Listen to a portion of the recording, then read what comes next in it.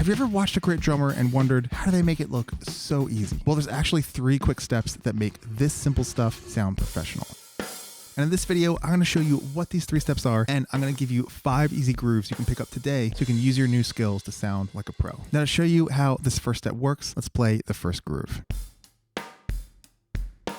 Step 1 is something that's going to take what you're already doing when you're playing your grooves and make it sound 5 times better. And skipping this step is what causes a lot of drummers' grooves to sound kind of sloppy. And as soon as you do this, it's going to clean everything up. Here's what step 1 is. What you need to do is you need to practice something besides the beats that you're playing. You need to practice just that, but in a very specific way. And we have a couple different versions of this, just this or just that. These are 2 different things. And what we're talking about is we're talking about 4 limb unisons, or unisons across different sets of all 4 limbs. All that means very simply is, let me show you with my hands first. Can you do this? So what I'm doing here is I'm playing both hands together at the same dynamic level.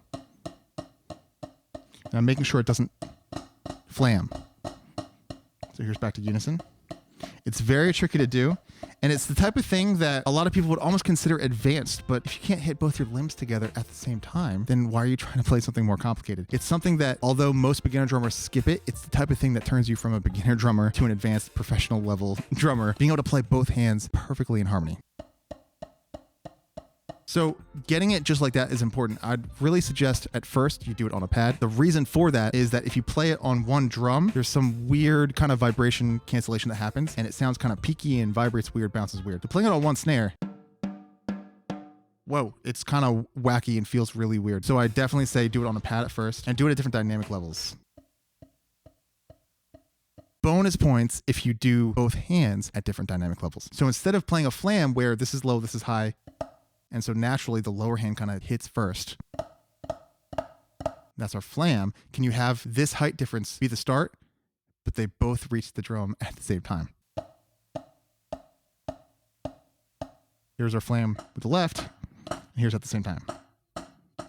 So taking the time, setting aside an afternoon or 2 to really master that, get an understanding of it with your hands, is step 1 of step 1. And after that, step 2 of step 1 is to do this.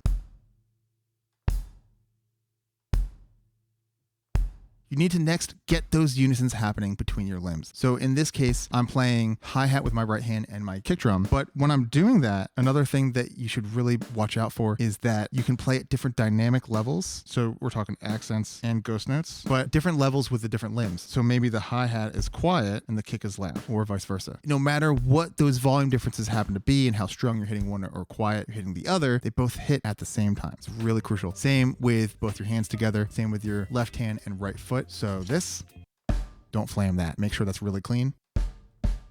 And all this is going to go a long way into making groove number 1 sound great. So groove number 1, I'm only playing one example here, but it just means any of your basic 1/8 note grooves, make sure you get them this clean. Make sure every stroke is in unison. In this case, I'm getting the snare drum really strong, hi-hat very quiet, and the kick drum strong as well. So check it out.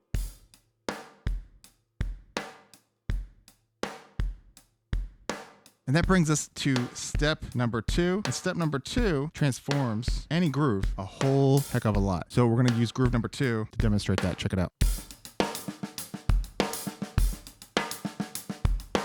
Groove number 2, very simple. We're literally playing paradiddles, but it's the right hand on the hi-hat, left hand on the snare drum. We're adding in a couple kick drums. I'm going to show you what that looks like. But while you're playing this paradiddle, what's especially important, here's our snare drum, kick drum on here, and then kick drum here, snare drum, kick drum occasionally on the E of 4. That's the sequence. What's especially important is that you are experimenting with all this stuff. And what do I mean by that? We're experimenting with our dynamics. Sometimes you might be playing these really small pianissimo kind of stuff. I don't use those terms a lot, but you might be playing little tiny ghost notes. Sometimes you might be playing, let's say, these 2 right hands on the hi-hat right before the 4, a little bit stronger, and you're going to get different things depending on what you do. I'll play 2 measures quiet with those 2 rights, and then I'll play them a little bit stronger.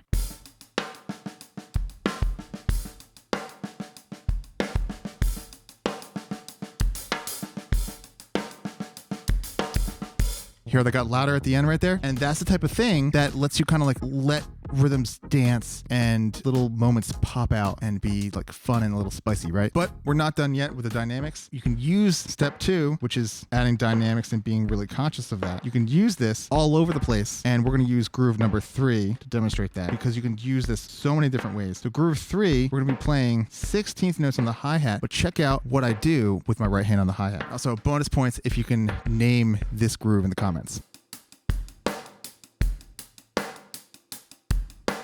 So what's going on with my right hand here is that, by the way, this is just one of many variations I'm going to show you. I'm going down and up with this motion here with my right hand. I'm hitting down and specifically hitting the side of the stick on the edge of the hi-hat. And as I lift up with that puppet motion that I talk about all the time, I'm tapping with the tip of the stick on the top of the hi-hat. So this goes hand in hand with step 1, the unison strokes across all 4 of your limbs, and to get all these different motions and techniques to be in line, in unison, in time with your other limbs. So as I go down and up, I sometimes need to get my kick drum with the down with a kick. Sometimes while I go up and hit the tip of the stick on the top of the hi-hat, I need to get the kick drum on that, right? So 1 and 2 and 3 and 4 and 1 and 2. So that's on the and, the kick drum with the up motion, or with the down, or maybe both of them. Kick, which is with down, up. So there's all these little considerations with your motions, techniques, and movements that you want to get in line. So step 2 and 1 go hand in hand. That's just one of many like dynamic combinations you could do. You could play all of this quiet. You can play with the first of every 4th note accented.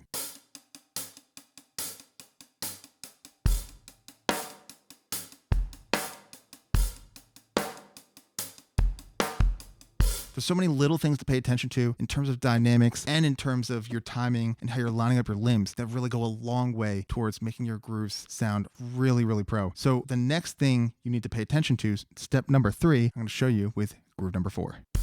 I want you to watch and tell me in the comments if you know what step number 3 is to making your groove sound professional.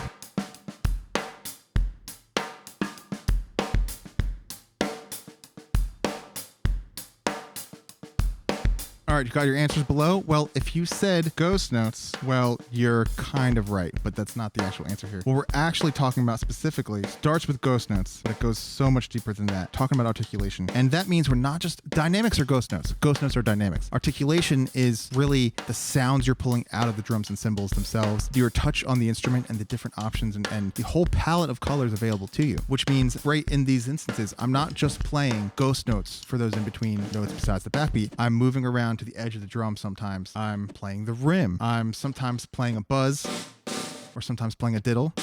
So buzzes and diddles, for instance, sound great leading into the 1.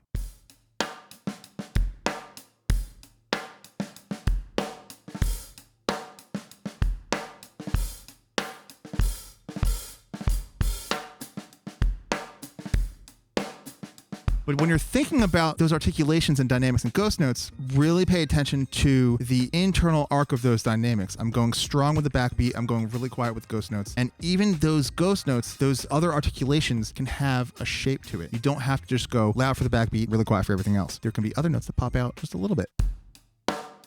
So that note a little bit stronger than a ghost note. And then right there, a ghost note right afterwards. So I'm going backbeat, medium, ghost note.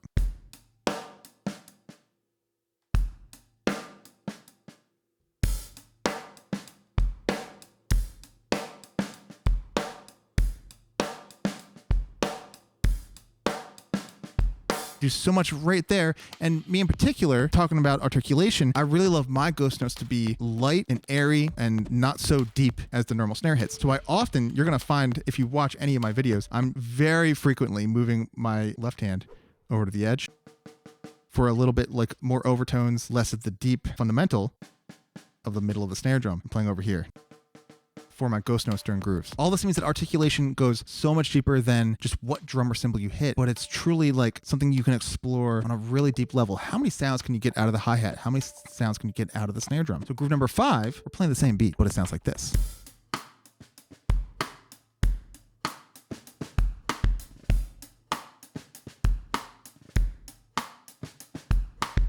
how many sounds can I get out of just the different ways I can play my hands and fingers on the snare drum. It's infinite. And if you want to see a master at work playing with this and truly making all these things just the best groove you've ever heard in your life, then go watch this video where I interview Bernard Purdy and he tells us all of his secrets.